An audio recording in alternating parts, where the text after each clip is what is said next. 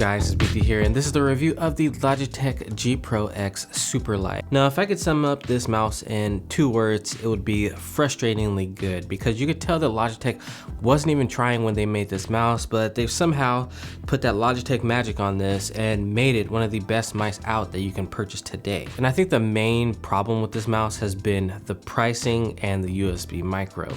Now, on the pricing side, they released this at the same price that they released the original G Pro Wireless at, which was $150, and they moved the original G Pro Wireless down to $125. But let's be real, Logitech knows that they can charge this amount because, as we've seen, they've been selling out and you still cannot buy one to this day. And even if you can buy one, they aren't shipping till February, so this mouse is in crazy high demand at the moment. They've also come out with 2 colors this time, and this white one looks amazing. It's my favorite. I still have the black one on its way. Once that does come in, I will be doing a giveaway. So if you aren't subscribed already, now would be a great time to subscribe, like I said. I think people were looking for a step forward, an evolution of the G Pro Wireless, but instead Logitech did a sidestep and gave us pretty much everything that we wanted from them and what we've asked from them from the beginning of this lightweight mouse trend. Now, the main thing that I've been seeing is that this mouse still has the original USB micro that the original one had. Now, this doesn't affect your gameplay in any way, and to be fair, mice like the Razer Viper Ultimate still have USB micro, which was the #1 mouse. Although that one does come with a dock, so you can do some wireless charging and other things. So I think people were looking for something a little bit more from Logitech, especially when you're charging $150. They want the best of the best tech in their mouse. But does it affect your gameplay? No. Is it going to somehow drastically change how the mouse performs? No. It's not something that's a must, it's something that's nice to have. Now, when I say Logitech wasn't even trying when they made this mouse, is they pretty much kept everything the same from the original G Pro Wireless. They just removed some stuff and changed the shell. That's pretty much it. So to remove and to reduce the weight from 80 grams to 60 grams, they took out the right side buttons and they left this little hump there where the old ones used to be. Now, they mainly just filled in the shell, probably in their machinery, just said, hey, let's just coat over this.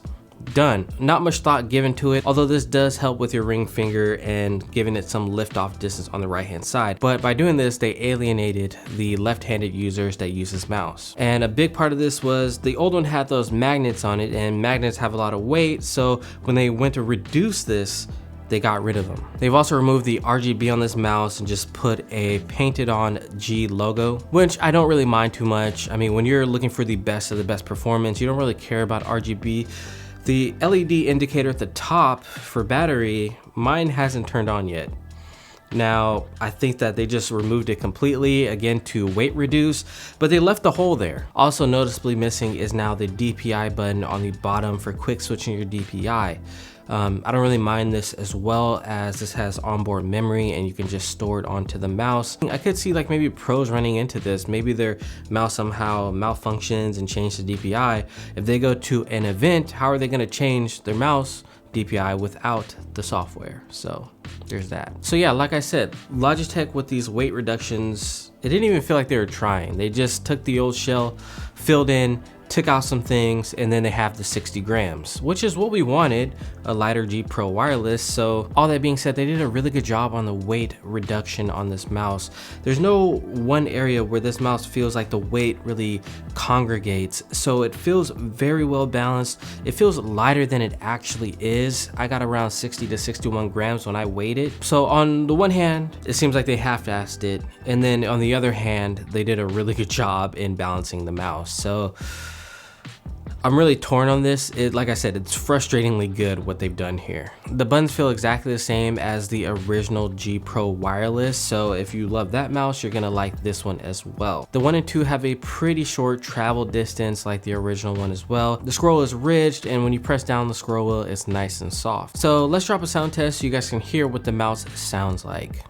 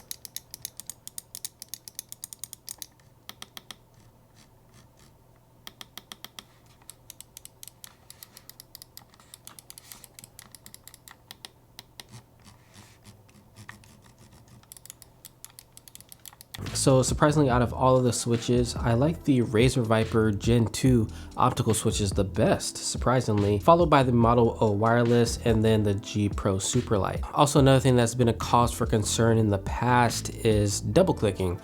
Now, apparently they have switched this out and they've made it better. In the past, I actually had to switch out my original G Pro wireless 3 different times before I got a good one, and it's been good ever since, but just something to keep in mind. I haven't seen anybody talk about this online, but there aren't that many Superlights out in the wild as it is, so we're gonna have to wait and see over the next couple of months to see if anything develops. Outside of that, it still has that USB micro connector, like I said, with the little dongle that you can plug either to your computer or to the little accessory add-on that they give you. The battery life has also been really good. I've had it for about 2.5 weeks now, and I haven't had to charge it once. It's rated at 70 hours, and I think that's on the higher end, especially when it comes to the G Pro wireless series, because on the original one, you had the RGB draining the battery. Now you don't have any RGB to worry about, so it's gonna last you a longer period of time. And this is very competitive of what we've been seeing with the other wireless mouse in the same category. Now, also something that's noticeably changed is that they've also put on PTFE feet now. And when I first got them, I was kind of worried because they're a little bit scratchy. There's just one big foot or slab, kind of a weird shape near the front of the mouse, and it has a circular one, a half circle towards the back, and one around the sensor as well. They've also added a puck with PTFE material on it if you want to switch out the puck. It's magnetic, but I found some issues when using it. I found that the mouse kind of slightly dips, especially when you have a softer mouse pad, and it would throw off my aim. I was wondering, like, what the heck is going on? And it's because the magnet isn't super stable, right? And it can tilt forward and backwards on the mouse. So let's say you're making contact, you hit it at the right angle, it's gonna be moving just a little bit. Like when I go, see, it kind of moves. So imagine you hit your mouse at the right angle, it kind of throws off the shot. It might mess up the sensor tracking, and that's what I was getting when I was using it. So I just removed it and went back to the older plastic puck that would not touch on the surface of the mouse pad. But once the mouse feet get broken in a little bit, they're super smooth, a little bit on the thin side. I would have liked to have seen them go with a little bit thicker mouse feet on this, but it is what it is. Baby steps with Logitech. Hopefully in the next version of this, the G Pro Superlight 2, they'll put thicker feet on this. But in the meantime, you can always just throw on some core pads and fix the problem that way. So let's talk about the shape a little bit. Now, this is exactly the same as the original G Pro wireless. So if you loved or hated the first one, you're gonna love or hate this one. But what makes this shape so goated and why it's one of the best shapes on the market is because it's such a safe shape. The hump is near the middle, so it's viable for palm. There's enough of a hump on the backside to claw it, and it's not that high up to where you can't fingertip grip it. And it's ambidextrous, making it viable for all these grips as well. Me personally, my hands are 19 by 8.5 centimeters, and I really like using this mouse. It's the perfect mouse